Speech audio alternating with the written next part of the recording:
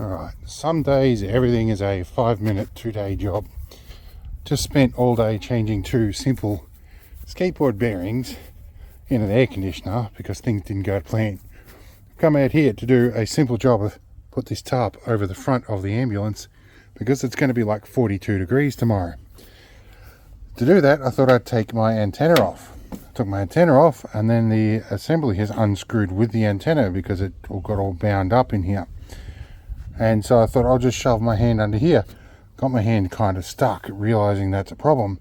So I'm going to take the little guard out of here, and the screws are rusted in. Just days after days of things to go wrong. There's a whole bunch of other stuff to go in here. I'm not going to tackle that at all. I have a trip coming up in 2 days to go and have an Aussie flag signed by the state head of crossing guards for my wife, who's becoming a citizen. I don't think I'm going to drive this. I think I'm going to have troubles. And I'm going to be 9 hours total on the road. I'm thinking I'm taking public transport for that one, considering that'll only cost me a bit over $5. Anyway, let's see if we can get this off. See how parallel jaw multi-grips go as a phone holder. So these ones, now that I've given it all a bit of a tap, fortunately these things are coming out a little bit loose. But I have been needing some Land Rover content. Obviously there's been some dramas this year, and I haven't got out in the Land Rovers as much as I'd like to. I spent a whole day out with Tinker and Mick the other day. See, that one's stripped out. This is going to be interesting. But yeah, we were in the Land Rovers, and Peter Meadows got some disruptions too, so the planned videos with Meadow may or may not go to plan. See, this is not going to go quite to plan either. I can probably push it up a bit, and this is plastic, so I've got to be gentle. I might end up engineering some new ones of these soon. Phillips head screws are just not made for this sort of idea. Give me Robertson screws any day. I may see if I've got some better, newer, fresh self-tappers for this.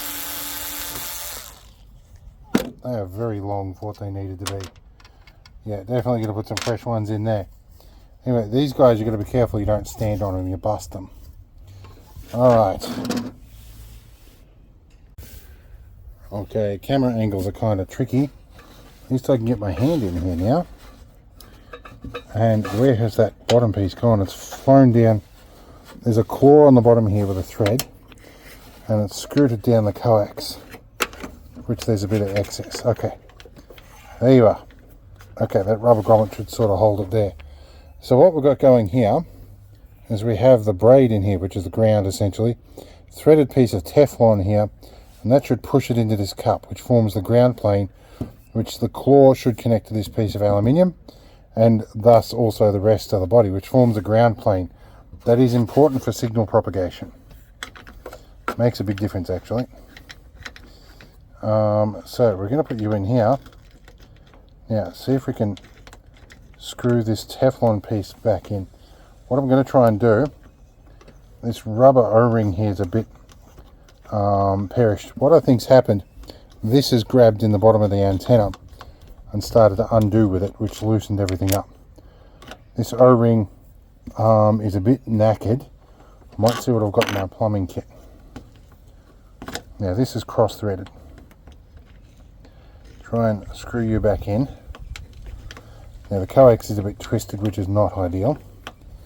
Now you would notice there's a little spot on the top here that's flat. If we're lucky, we can go up a notch with our parallel jaw multi-grips. Grab on the top of that, and that'll allow us to do this. It'll also give us something to grip onto when we need to tighten that nut up. But I have to hold the bottom claw to make sure it grabs in properly as well. So this is just one of these tedious things. It takes time. I did work for a comms company, and I did literal hundreds of installs. Now I will admit, one of the reasons I don't do that anymore is because I got very jack of that job. In fact, it's a job I didn't want to take in the first place, but I didn't really have a lot of choice in the matter. Now, I will have to check my SWR after this and make sure that the coax hasn't actually busted off inside. I can feel it turning around the bottom, which is a good sign. Now, the other reason why I didn't have the job is I got fired. And when you're not passionate about a job, the temptation to cut corners is pretty high. There was a couple of jobs that, yeah, I cut a couple of corners, namely one with a Scotch lock. There was another one, I think, with a Mercedes G-Wagon, where I put an earthing point in the wrong spot.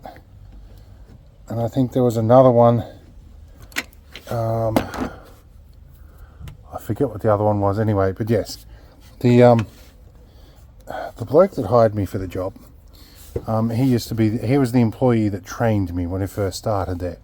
He went away to have some heart surgery and come back, and when he come back, the current owner had decided he was going to sell the business and had left basically me to run the whole show for a while.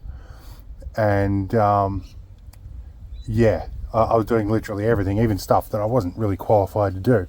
And he brought in somebody else to the admin girl. She went off on maternity leave, and the girl they brought in just stopped showing up for a while, which made life kind of fun. And then the bloke that had gone away with heart surgery, he'd come back. He decided he's going to buy the business. Now, he did do a great job. He was great to take over the business. Made a lot of positive changes, but also was a little frustrated with some of the habits I'd learnt, particularly in filling out timesheets, which were the way he trained me to do. So there was that. I think we were both a bit on the spectrum too, which meant we clashed a little bit. I hold no bad blood for the dude, but I think there was some miscommunications involved.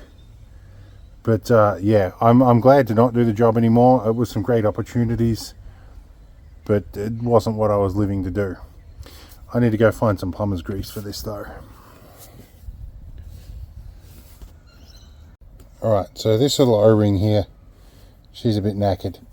Apologies about the camera angles. There's a bit of silicone plumber's grease. It'll just help push things together a bit. But as I was saying about that job, sometimes you realise you're working to live, you're not living to work.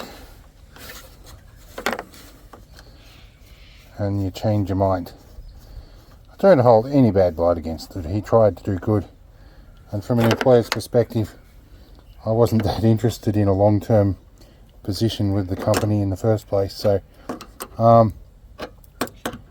we all got what we wanted in the end, I guess. Now, that should be back on relatively firmly. I will check the SWR later. A bit of silicone grease will keep the water out of that joint. That will go on okay. I just won't over tighten it. Now I can put this back on, and because it's very hot and my dinner's ready, I'm going to put these screws back in after dinner, I think, yes. And yeah, I'll put these out of sight, come back, and yeah, we'll finish the rest off. I need a feed. Alright, now I need to go into the shed, find some screws. We've just finished dinner. Do I have something that I can replace the those are probably, no, they've got a straight shank on them. Need to replace those screws on that guard with something. I've got some 3mm bits and pieces here. Look, these guys might, I hesitate to use square drive, but given my rant, they might probably do. And these are zinc coated ones. They should survive a little better. I've got 4 of them. I forget how many I need. I'm going to assume about 6. Take 6. These should probably do the job, I hope. We'll just do them up gently. And we need a driver for them too. I have a spare driver somewhere. I'll find one. Alright, this is going to come across as a bit of a hack job. Now, these are not captive nuts under here. These are little Teflon inserts, which are pretty knackered already, as you probably gathered from the other one. There's some dirt under here. I need to pick that up and clean it sometime. Check the head diameter on these. Is not too bad. They have some like angled flutes here, so we need to be gentle not to overdo that. And I have this bit here.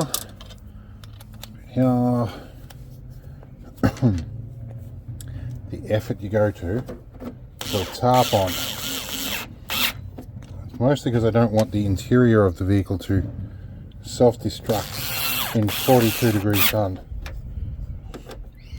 In particular the windscreen seal.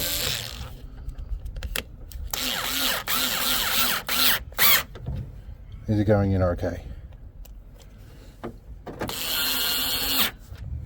I'm not forcing it in real tight. I'm letting go of this thing before it hits rock bottom, because it will cause problems if I let it. I'm short on one. This is going to be okay for the moment. I'll find another one of them screws later. I don't want to put these back in. They're rusty hunks of shit, so they can get thrown. Okay, now we have to pack up all the tools that we needed. Put a tarp on. Lock them there for the moment. Keys missing from that, so these go back in here. Alright, let's see how I go doing this one-handed. Not too bad. Lenlock budget keys. Surprisingly good at doing things you wouldn't, or deterring people from stealing your tools. I do have another locking method in there that I don't talk about for obvious reasons. Right. Now we can put a tarp up.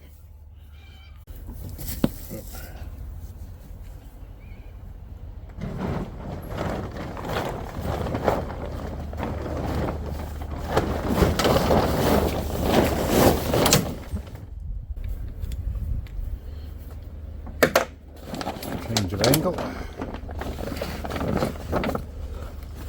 This one probably up around here.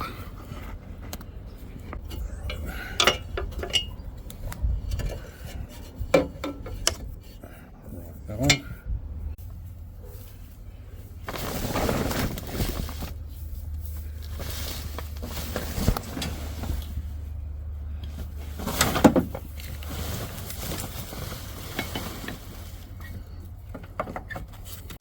Right, just tarped up. It's not perfect, but it'll keep the sun off the windscreen. There's a bit of a gap there, a little bit of sun off the side.